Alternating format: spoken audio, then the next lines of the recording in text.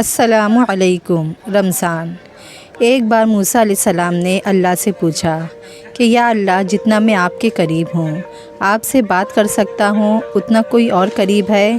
अल्लाह ताला ने फ़रमाया, ए मूसा, आखिरी वक्त में एक उम्मत मोहम्मद सल्लल्लाहु अलैहि वसल्लम की होगी और इस उम्मत को एक महीना ऐसा मिलेगा जिसमें वो खुश्क होठों, प्यासी ज़ुबान, सूखी हुई आँखें, भूखे पेट जब अफ्तार करने बैठेगी, तब मैं उनके बहुत करीब हूँगा।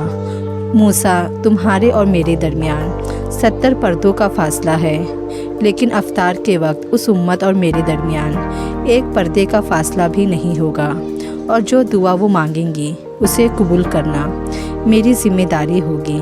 सुबहान अल्लाह। अगर मेरे बंदों को मालूम होता कि रमज़ान क्या है तो सब तमन्ना करते कि काश पूरा साल रमज़ान ही हो।